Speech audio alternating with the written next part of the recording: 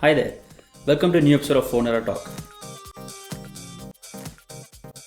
I'm Karthik, and today we're going to be discussing about a couple of interesting topics for the day that we had. So, starting things off, we have a official smartphone announcement from Lenovo. As we all know that Lenovo launched the Moto Z and the Moto Z Play smartphones. Actually, they launched the Moto Z and the Moto Z Droid initially, and later on they launched the Moto Z Play. So right now in India, we just have two smartphones. They didn't launch the Moto Z Droid. They just launched the Moto Z and the Moto Z Play. So that is quite interesting. So yeah, that's what we have here. We don't have the Moto Z Force. We don't know if it's ever going to launch in India because they didn't mention anything about that. But what we do have is also the Moto mods as well. They've launched here. So essentially in today's event, they launched the Moto Z smartphone, Moto Z Play, as well as the Moto mods. So these are the three things we're going to talk about. So starting things off, we'll just talk about the Moto Z smartphone. So when you talk about this smartphone, the most important striking feature about this smartphone is basically the thickness. It just comes with 5.19 millimeter of thickness, which is very thin actually according to me, because earlier when this iPhone 6 launched back in the day, it was about 6 point something millimeter and it was very thin. It was considered the most thinnest smartphone. But now that we have come to this place now, the Moto Z has launched and it's only 5.19 millimeter. So it's very thin. So that's actually one of the most unique thing about the smartphone, you can say. So that's what we're looking at here.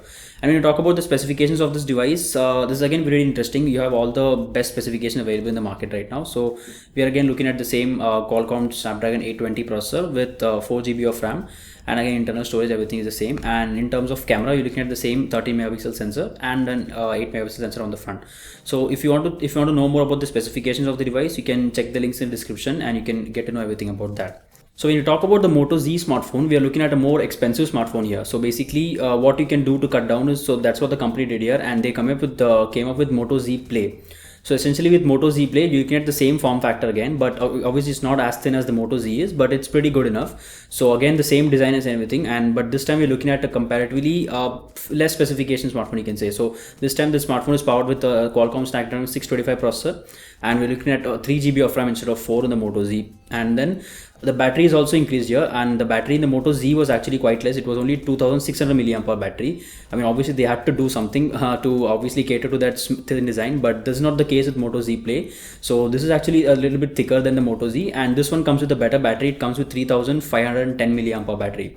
So that's actually quite a lot, I would say. And even the display is not quad HD, it's just full HD display. So we are looking at a pretty comparatively less specifications here, but definitely a better value for price, because obviously it has very good specification and the battery is also better, so it's going to last a long time than the Moto Z.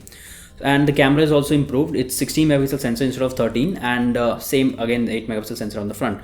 So these are the two smartphones that the company launched. And when you talk about the Moto mods right now, so these are pretty much the most interesting thing that they announced today, but it didn't go that interesting when they announced the price. So yeah, so when you talk about the Moto mods, the first thing that they actually announced a couple of Moto mods. I mean, there are a variety of Moto mods, like this, starting from the one is the JBL Sound Boost, which is essentially a speaker which attached to your phone and it just give you a better sound quality. And then there is a power bank, and then there is a InstaShare projector, which basically project everything on your smartphone into a wall. So just basically how a projector works. And then the last one is the Hasselblad camera.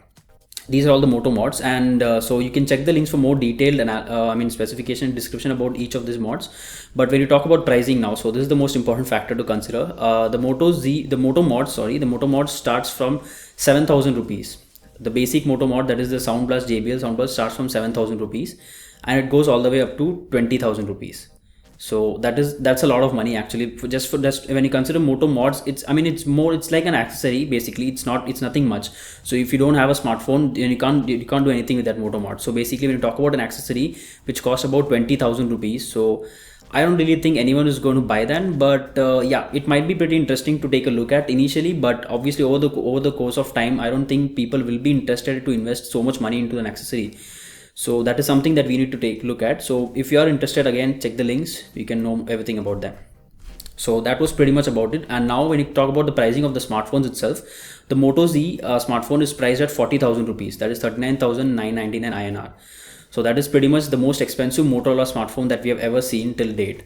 And the Moto Z Play is comparatively less, but it's again priced at 25,000. So when you talk about 25,000 rupees, you should at least expect a little bit better specifications, because there are smartphones with way better specifications than that for that price.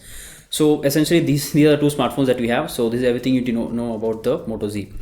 Moving on to the next news, we have a smaller news. We just quickly run through those news. And the next news is WhatsApp Messenger. So basically, we all know WhatsApp Messenger. Everybody uses WhatsApp Messenger in their phone, and this application is pretty much getting a lot of update over the course of time. So and now again there is a new update, and this one is for the Android version. And the new update essentially brings improvement to your camera, the inbuilt camera within the app. So basically, now you can just open the camera, and when you take a shot, it'll give you more detailed option as to if you want to add a doodle. Just like if you have ever used Snapchat before, then it works similar to that. There are no filters around, but obviously you can just draw anything on your photo, or you can probably stick an emoji on that.